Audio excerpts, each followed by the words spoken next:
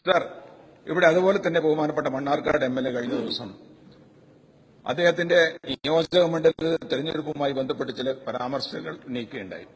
AP. Abubakar Musliyar എന്തോ ചെയ്തു എന്നാണ് അദ്ദേഹം പറഞ്ഞത്. എ.പി. അബൂബക്കർ മുസ്ലിയാർ ഒരിക്കലും തന്നെ മണ്ണാർക്കാട് നിയോജക മണ്ഡലത്തിൽ പോയിട്ട് തെരഞ്ഞെടുപ്പ് പ്രചരണത്തിൽ പങ്കെടുത്തിട്ടില്ല. അദ്ദേഹം ഒരു കുടുംബയോഗത്തിലൂടെ പങ്കെടുത്തിട്ടില്ല. അദ്ദേഹം ഈ നിയമസഭയിലില്ല. അദ്ദേഹത്തെ സംബന്ധിച്ചാണ് ചില കാര്യങ്ങളിലൂടെ പറഞ്ഞത്. സർ, എന്നാല് എ.പി. അബൂബക്കർ മുസ്ലിയാരെ സംബന്ധിച്ച് ഞങ്ങൾ പറയുന്നത്, തങ്ങളെ സംബന്ധിച്ച് നമുക്ക് പറയാം.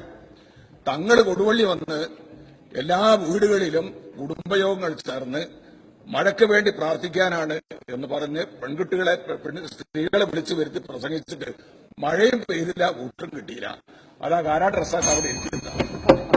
കാരാട്ട് റസാഖ് കൊടുവള്ളി നിയോജക മണ്ഡലത്തിൽ നിന്നും വിജയിച്ചാ വന്നത്. ഇപ്പൊ മുസ്ലിയാർ പറഞ്ഞിട്ട് നടന്നിട്ടില്ലേ, തങ്ങൾ പറഞ്ഞിട്ട് നടന്നിട്ടില്ല. ഞാനിവിടെ ഇരിക്കുന്നുണ്ട്, ബഹുമാനപ്പെട്ട തിരുവമ്പാടി എംഎൽഎ ഇവിടെ ഇരിക്കുന്നുണ്ട്, കൊടുവള്ളി എംഎൽഎ ഇരിക്കുന്നുണ്ട്. അതുകൊണ്ട് അനാവശ്യമായ വാദപ്രതിവാദങ്ങളൊന്നും